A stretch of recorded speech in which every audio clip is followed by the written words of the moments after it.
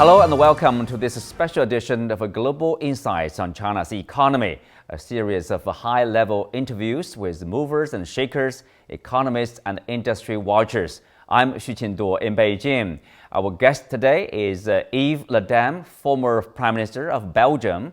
He'll be sharing his insights on China's recent reforms, the country's global connectivity efforts like the Belt and Road Initiative, and its role in fostering multilateral cooperation. Yves Camille Désiré Leterme served as Prime Minister of Belgium from March 2008 to December 2008, and later from November 2009 to December 2011. He later became Deputy Secretary General of the OECD 2011 to 2014, where he focused on advancing global economic cooperation and sustainable development. A strong advocate for EU-China collaboration, Leterme has praised China's progress, stating, "This really remarkable economic miracle that China achieved gives lots of opportunities for Chinese businesses and people." He has also highlighted the importance of initiatives like the Belt and Road and emphasized Belgium's key trade and infrastructure ties with China. We have been seeing recently the Chinese documents, official announcement of basically committing to carrying through the reform, to wherever it needs, and also further opening up the country, removing restrictions, investing in the manufacturing sector, visa-free treatment for people from many nations. How do you look at the recent moves? I think that the political leadership in China, based on the documents I can read and the figures, the facts, the reality we witness, is really addressing the issues confronting the Chinese economy, with problems in the real estate sector, with the issue of finding decent jobs for the whole of the population, including the younger generations. And I think that in that framework, the resolutions, the decisions taken by the third plenary of the 20th Central Committee, I think it was in July this year, that these concrete decisions, measures that were decided, they have the intention to strengthen the economic performance, to address the issues, to address the problems. And so I think it's the right answer to a problem which is related to the transition from the very rapid transition from an agriculture, rural to an industrial, and then to a cutting-edge, high technology-driven, quality-driven economy, lowering the pace of economic growth. So I think these measures try to strengthen the economic potential, but also try to address these issues about sustainability of economic development. So I would hope, as a non-Chinese person, but as a friend of China, the Chinese people, I would hope and I strongly believe that this is the right way to follow for the future. Yeah. Mm-hmm. You mentioned about this outstanding performance of the Chinese economy. What factors or factor you would attribute it to in terms of this rapid transformation of this nation? For me, the key of development of a country is always the people, the citizens. It's the most important asset a nation disposes of. Of course, there are natural resources, there is climate, there is the environment, there is the geographical location. But notwithstanding that, very intelligent scholars have been demonstrating that in all kinds of scientific documents. The key element that makes the difference is the human resources, is the potential of a nation. And there, of course, the Chinese nation, given its demographic growth, given the educational transition it went through, where education was spread, tackling illiteracy, investing a lot in developing skills and knowledge, science and technology.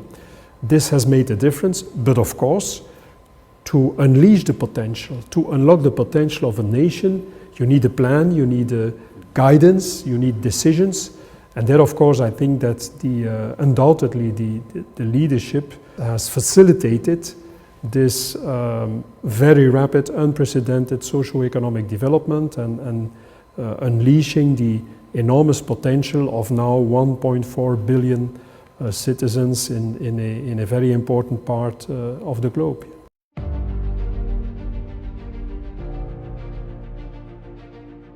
In the past several decades, China has made remarkable strides across multiple sectors, achieving milestones in economic development, industrial modernization, sci-tech innovation, as well as poverty reduction. These advancements have propelled its rapid growth and elevated its global influence.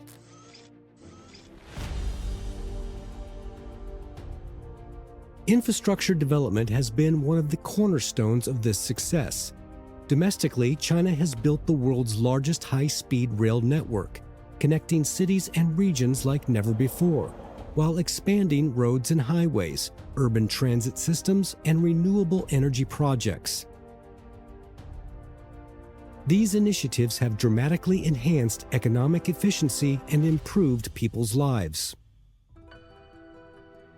On the global stage, China has shared its expertise through the Belt and Road Initiative, BRI. Since its launch, the BRI has facilitated the construction of railways and numerous ports and energy projects, creating millions of jobs and strengthening ties with over 150 countries. By combining domestic innovation with global collaboration, China continues to prove the efficacy of the Chinese proverb, "If you want to get rich, build roads first," which demonstrates how infrastructure can drive shared prosperity and long-term sustainability. Of course, one important element in rapid economic growth is strong infrastructure. It's like China basically copying its own infrastructure construction and make it implemented in other places of the world, which is called Belt and Road Initiative, basically building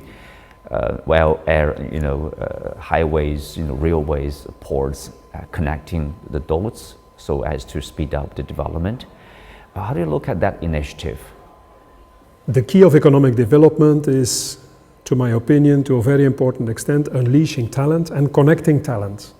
Connecting talent, economic activity worldwide, enlarging the markets, enlarging the potential audience for products, the demand for products. And so to connect, you need infrastructure, solid infrastructure like roads and railways, but also virtual infrastructures, the kind of ICT-driven highways of today, information exchanges, internet and so on. And so I think some 10 years ago, when the decision was taken to invest in the concept of the Belt and Road Initiative, the Silk Roads of the future, this was a good initiative, this was the right initiative to better connect China to the outside world. Belt and Road Initiative, the Silk Road Initiative, which I read as a kind of invitation also to the non-Chinese nations, which are still today struggling with a lack of international connection to the Chinese market, Chinese nation, but also with other parts of the globe. It's kind of invitation to invest more in these infrastructures which are needed to unleash their economic potential. And it seems like